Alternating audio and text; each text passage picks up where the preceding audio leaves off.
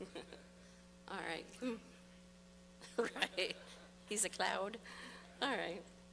He is in the cloud. So, all right. Good morning, everyone. My study today is I had to find a word for it or a title, because it's like anxiety versus gratitude. So I was looking up the perfect word, and I used instilling gratitude. Because when I looked up instill, just to make sure that fit, instill means to set permanently in the consciousness or mindset. Example of that is a charismatic leader who instilled in his followers a passionate commitment to the cause. And that just seemed to fit perfectly. First verse that I want to put up today is Philippians 4:6. Be anxious for nothing, but in everything by prayer and supplication with thanksgiving, let your requests be made known to God. And the peace of God, which surpasses all understanding, will guard your hearts and minds through Christ Jesus. So God tells us, be anxious for nothing. So why are we anxious? Why do some people have anxiety? And we all do at some point, but some it's deep embedded into their lives. A few weeks ago, the reason I thought of this series that I'm going to teach, I heard a Christian radio DJ a few weeks ago say something that really struck me. He said he overheard a person say that they read, so it's a hearsay, the same part of the brain that holds the emotion of anxiety also holds the emotion of thanksgiving. And therefore, you cannot be thankful and anxious at the same time. Well, of course I had to dig that up and make sure that this was, a fact. And of course, I found Bible verses that attributed to the definition of that, what this person was saying. On brainfacts.org, I found everyone experiences fear and anxiety at some point in their lives. Fear is an immediate response to a specific threatening stimulus, while on the other hand, anxiety is less intense but more sustained response to anxiety, including sources that may be known or unknown. For example, you may be anxious about the possibility of seeing a snake on the hike through the woods, while you may experience fear if one slithered directly in front of your path. In some cases, people can be generally anxious without really knowing why. For some people, though, anxiety can be overwhelming, crippling, and it can interfere with daily life. Anxiety becomes a problem when these brain areas function inappropriately or fail to function, setting off a stream of inappropriate or irrational behaviors. Long-lasting anxiety like this may be diagnosed as an anxiety disorder. Anxiety disorders like panic disorders or social anxiety disorders may require therapy to allow the patients to lead normal, happy lives. In talking about therapy, sometimes just talking about what bothers you to someone else, vocalizing it, makes it a reality to others, and also it can calm you knowing that you're not just keeping it inside. People get anxiety over so many things, like what to wear to church, or the shape of their body, or what their hair looks like. And there's so many things. I mean, you can get anxiety about anything. And most of these should not matter at all. So what can we do to turn this anxiety into being thankful. The part of the brain that produces anxiety is called the amygdala, and it also produces the emotion of gratitude and thanksgiving. One thing that the amygdala cannot do is produce those two emotions at the same time. So you either are anxious or you're thankful. And if you have a mindset to actually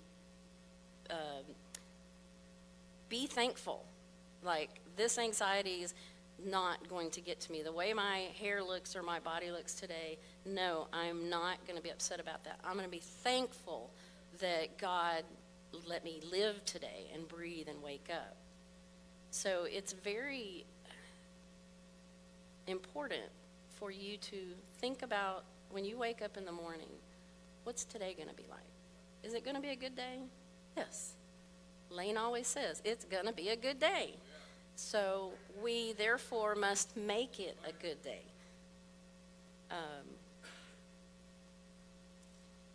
Gratitude is a powerful human emotion. By conveying and receiving simple thank you messages, we can truly derive the pleasure that we seek everywhere else. Gratitude, derived from the Latin word gratia, means gratefulness or thankfulness. There's been studies, though, that sometimes anxiety is the result of a constant chatter between a number of different brain regions. And doctors call that a fear network.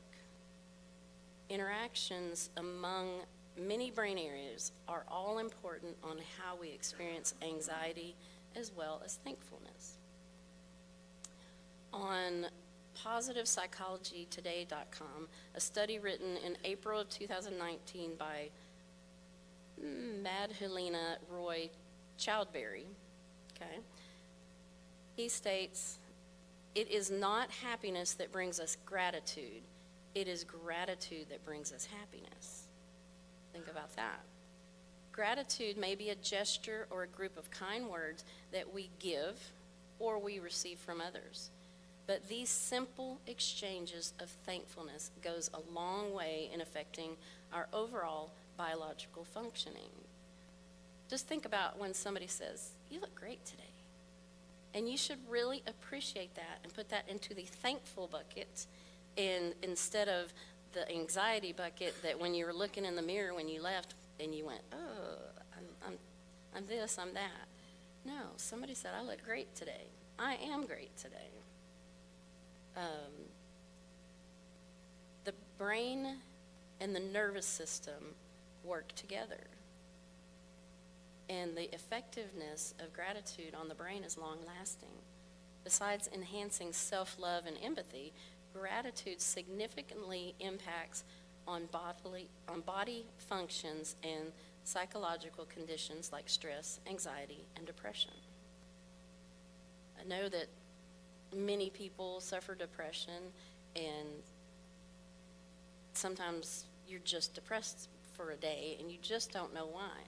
So if you wake up or you go through the day and you're feeling like this, and that part, the anxiety part of the amygdala is like trying to take over, simply think about thankfulness. Thank God that you woke up today.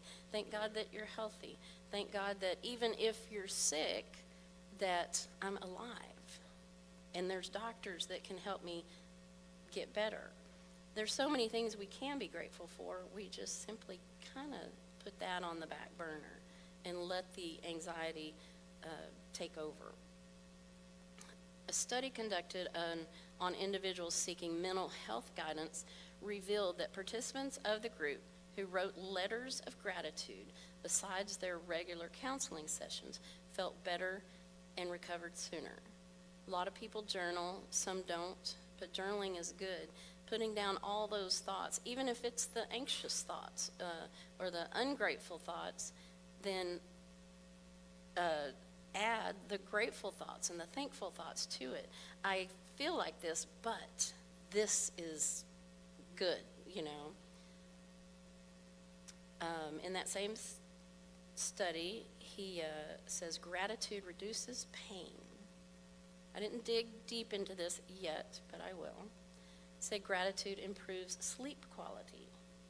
Like saying your prayers at night, add your thankfulness of just everything that is amazing in your life.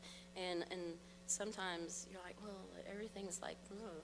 But there's always something to be thankful for. My beautiful daughter surprised me and took a train from Chicago to surprise me on Thanksgiving. That is put in the big thankful bucket. My thankful bucket is overwhelmed right now. Gratitude aids in stress regulation. Gratitude reduces anxiety and depression. By reducing the stress hormones and managing the autonomic nervous system functions, gratitude significantly reduces symptoms of depression and anxiety. At the neurochemical level, feelings of gratitude are associated with an increase in the neural modulation of the prefrontal cortex, the brain site responsible for managing negative emotions like guilt, shame, and violence. As a result, people who keep a gratitude journal or use verbal expressions for the same are more empathetic and positive-minded by nature. The Mindful Awareness Research Center of UCLA stated that gratitude does change the neural structures in the brain. So you can physically change your mental thoughts by just being grateful for the things you're grateful for. And there's so many simple things to be grateful for. I mean, it's sunny outside. I'm grateful for that. I didn't have to drive in the rain, things like that. Some people just overlook the tiny things in life that are amazing and that make things better. But then when it does rain and you have to drive in a terrible storm, be grateful when you arrive safely. You can turn negative into positive just by your attitude. Yes, yeah. Windshield wipers are great. I don't have a heater in my car right now. That's not fun. But, I made it to work. I didn't freeze to death. I made it to church. I didn't freeze to death. Feeling grateful and appreciating others when they do something good for us triggers the good hormones and regulates effective functioning of our immune system. So you can physically make yourself sick by going on the anxiety side and the being upset about things. And probably everyone that's in here or listening can look back and go, yeah, I've been there. I worried. Then I had a stomach ache or I had a headache. So turn that around, go on this side with the gratitude of, well, at least I have this. At least I'm alive. And you can have a better immune system, a better everything. Scientists have suggested that by activating the reward center of the brain, gratitude exchange alters the way we see the world and ourselves. When we give and receive thank you notes, our brain is automatically redirected to pay attention to what we have, producing intrinsic motivation and a strong awareness of the present. Also, at the neurochemical level, gratitude acts as a catalyst for neurotransmitters like serotonin, dopamine, and norepinephrine, the ones that manage our emotions, anxiety, and immediate stress responses. So just by saying thank you or getting a thank you from someone, that triggers a positive reaction, a healthy reaction in your body. He says it's good to have a gratitude journal. You might have heard about it before. It's your personal space to pin down all the little and big things in life that you were thankful for. Your gratitude journal can accommodate your Dear Diary or your daily planner or your online notepad or whatever it is that you do if you're journaling. Sometimes people journal about, oh, that today was rough, blah, blah, blah, blah. But add to that, but it was sunshine. I got to see this person. This person said my dress was pretty. You know, you have to counteract from the negative with the positive. As you sit to express gratitude, you will consciously choose to focus on the good memories and might even recollect some long-lost happy moments. When I was driving to get my daughter, I had to go to downtown Dallas. And last night I took her to Love Field to catch her plane. And I was thinking about things because that's the area I worked in, patrolled in. And I'd think, oh, at that corner, I had this guy at that corner. Oh, that was a fight. My glasses got broken here, things like that. But then I also, when I went to Love Field, there were things from my young 20s that I remembered people. Oh, yeah, I met so-and-so here. Oh, we went dancing at that place, and just going back and thinking about the good times in your life really is, and I was just like all smiles. And plus I had, my girl with me. There's power in words. So don't overlook the small things, no matter how unimportant they seem. A gratitude journal can look any way you want it to be. You might just write a sticky note. I've seen someone, maybe it was in a movie or something, and they just, time they had something good or bad happen, they wrote on a sticky note, posted, over here was the good, over here was the bad. And then they realized that after a while, this side was much smaller than this side because they were determined to conquer the bad with the good. And you can, anywhere you go, any day, whether you're working or off or on vacation, even on a vacation, some bad things can happen. But you counteract it with the wonderful time you're having on the cruise ship or whatever. But it's just a good thing to put positive thoughts in your mind of what has happened to you and be grateful and thank the Lord for them. Prayers shouldn't always be, oh, please help me with this. Oh, please, don't let this happen. Oh, goodness, woe is me. Prayer should be, thank you, God, for today, for waking me up, for finally letting me get over this little head cold thing. We focus so much on negative that we need to try to focus on the positive and be thankful for the tiny little things. Lane, can you put up that little chart thing? I didn't think I'd get through this intro so quick.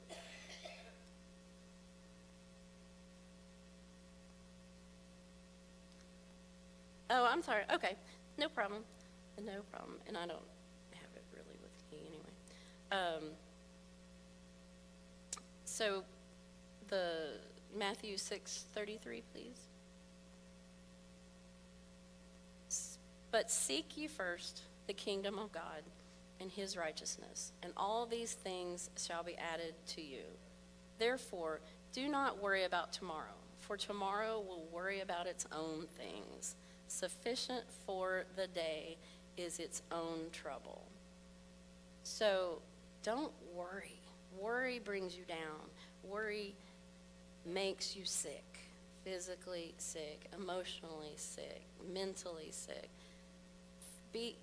think about it. Yeah, okay, today sucked, but tomorrow is going to be better. My car was all frozen this morning. I had no idea. I don't have a heater, so that was, uh, and I had bought online a little plug in your car charger. It's this big, and it was like spitting out little tiny bit of air, but I'm thankful I had it. I had it, and it took me a long time to get all that ice off my car. But, I had that tiny little heater, so it got me here. And here's a beautiful quote. You have that, Lane? Oh, okay. Okay, here's this little chart. So the benefits of gratitude. Psychological benefits, a happier you. Positive emotions and thoughts, more aware and awake, increased self-satisfaction, enhanced mood. The physical benefits, a fitter you, stronger immune system, less body pains and aches, optimum blood pressure and cardiac functioning, better sleep-wake cycles. Social benefits, a better you.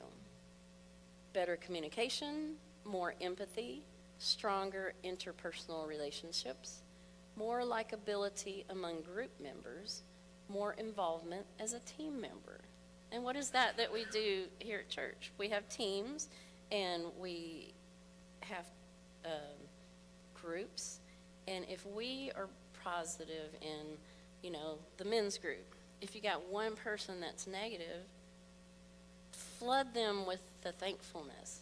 Same thing in the women's group, the marriage group. That's what we have to do as couples is, like Nikki, she's down. She's tired of being sick. But JT's there to support her. And that's what we must do. We must instill the gratitude for every day. And here's a nice little quote I'd like to end with. All right. Enjoy the little things, for one day you may look back and realize they were the big things. You never know what happens in a day that might be so impactful to something in your future that's amazing. All right, that was kind of quick, sorry. Any questions? JT's got, you have a mic. Not really a question, but a comment. I remember probably 2 weeks ago, 2.5 weeks ago, it was a Saturday morning, so I got up and I was making bacon. And my boys, they love when I make bacon. So every time I make bacon, I always make a whole bunch of it just so they can have some, right? Yep. But it started because when I was a kid, my dad used to always get up on the weekends. He would make a pile of bacon, and I used to love that, and that was like the best thing in the world. And so I decided to tell him, I was like, I said, Pops, I'm continuing the tradition of making bacon for the kids, in the morning like you used to always make for us. And so he messaged back, he was like, you never know the act of kindness that you do that's going to stick with your kids. Oh, yeah. That small thing that he used to do that just happened to do. He liked bacon, right? So he made it. Yeah. And he made some for us. He wanted it. But I looked forward to that so much when I was a kid, like, yes, bacon. Right? Yeah, that's great. And so it's so funny because my kids are the exact same way. And so that little small act of kindness, when I was, 10, 11 years old, I do that now for my kids who are 8 and 10, and they love it. And who knows? I don't know if that's going to be something they carry on when they get older and they have kids. Will. But it's those small things that you do that you never know if it's going to affect them. Like my dad said, you never know what things that you do for your kids is going to stick with them. Right. He made bacon. That's not something that he thinks, out of all the things he did for me when I was a kid, making bacon is not something that stuck out of his head. Like, yep, that's going to be the one thing that's going to stick with him. But it did. And that stuck with me. And that's something that I do for my kids now. So you think about that, the small stuff that you do for people in your life that you may think goes unnoticed, that for them was a big deal. Yeah. And for me, when my dad got up and he made tons of bacon and we got to eat it, that was a big deal for me.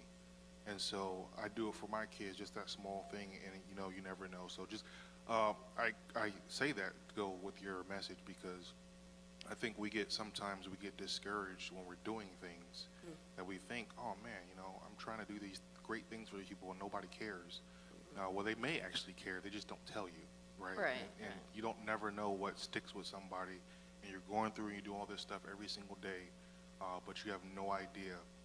Like this, we just had Thanksgiving last week, Thursday, at our house, and my wife did a whole bunch of stuff, but it wasn't just her, right? My mother-in-law, sisters-in-law all came together, and they got together and helped out, and that's something that's amazing.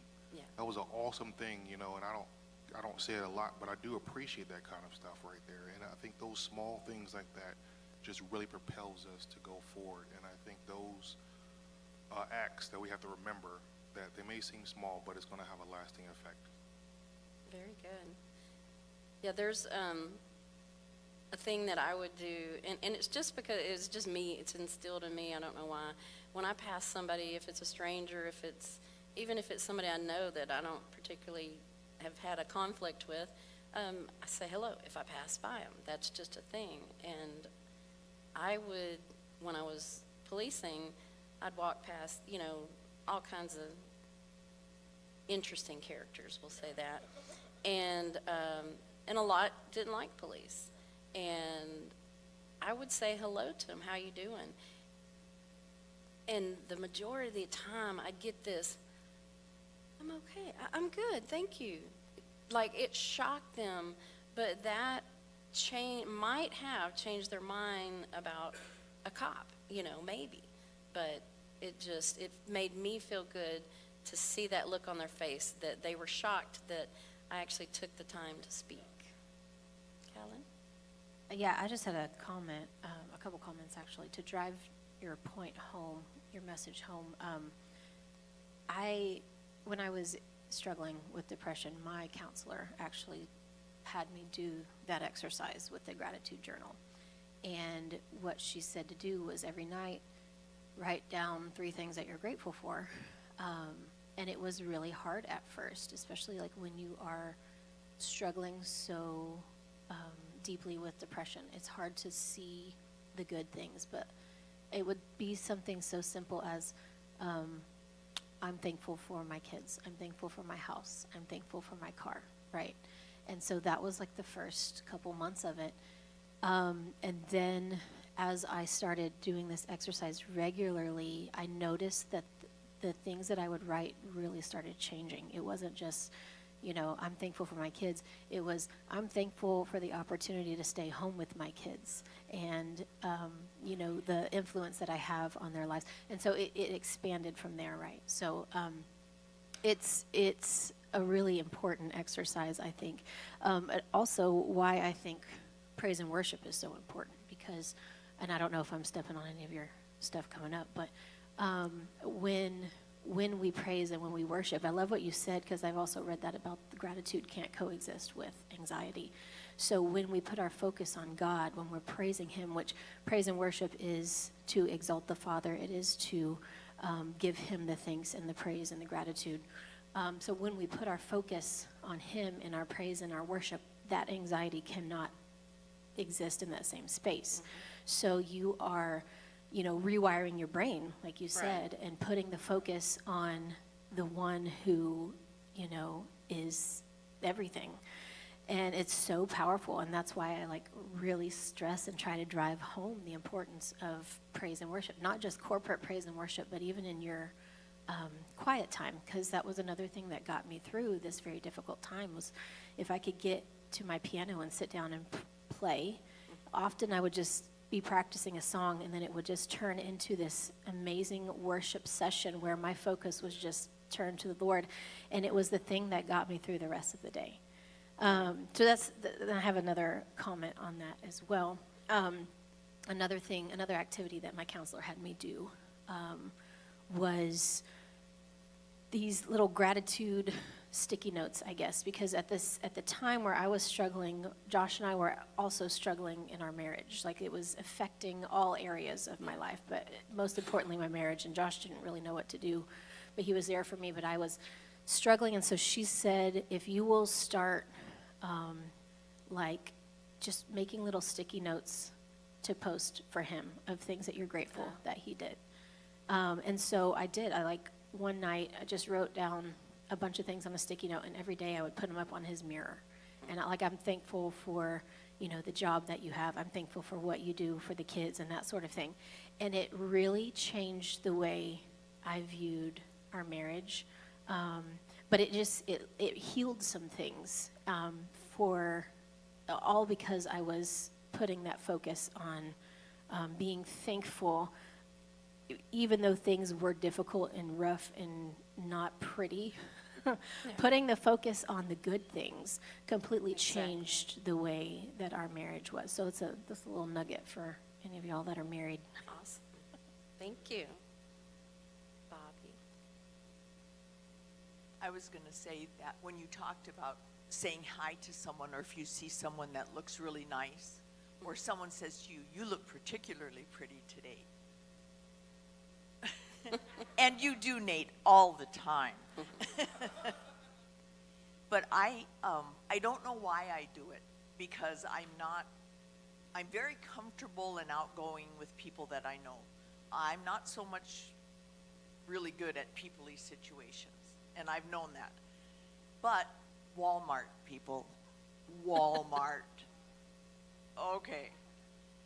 It's happened to me a couple times, a woman in Walmart. I'm assuming she was younger than I was, much grayer hair, but younger than I was. But she was stunning. It wasn't her clothes, it was her hair, her face. She didn't have makeup on. But I was in the line to check out at Walmart. Anyway, I excused myself and pushed up the line, and I went up to her and I said, excuse me. I said, I'm compelled to tell you this. I think you are stunning. Awesome. You're beautiful. That's all I have to say. Have a nice day. And then I hurried to the back of the line because I kind of felt embarrassed. But when I turned around and looked at her, she looked taller and lighter and happier. Then I felt better that I had actually tried. So the gratitude that you share comes home to roost. Exactly. Yeah. And I mean, Pastor and I have this argument all the time because I say I was born with a grateful heart. And he told me that a grateful heart is something that you choose every day. And sometimes on a bad day, you choose it every 5 minutes, or every minute you Yes. choose it. I have never felt that way. It's always been there. Well, as I grew older, I came to realize it runs in my family. We have a mental disorder, and it's an anxiety disorder. It wasn't that funny, really. But it's the truth that anxiousness and gratitude can't live in the same space at the same time. Yeah. So I'm back to the proof of my theory that I was born with a grateful heart is because God knew I had an anxiety disorder, so he gave me that, so I did not live there. Good. Very good. All right. Well, we will have more next week.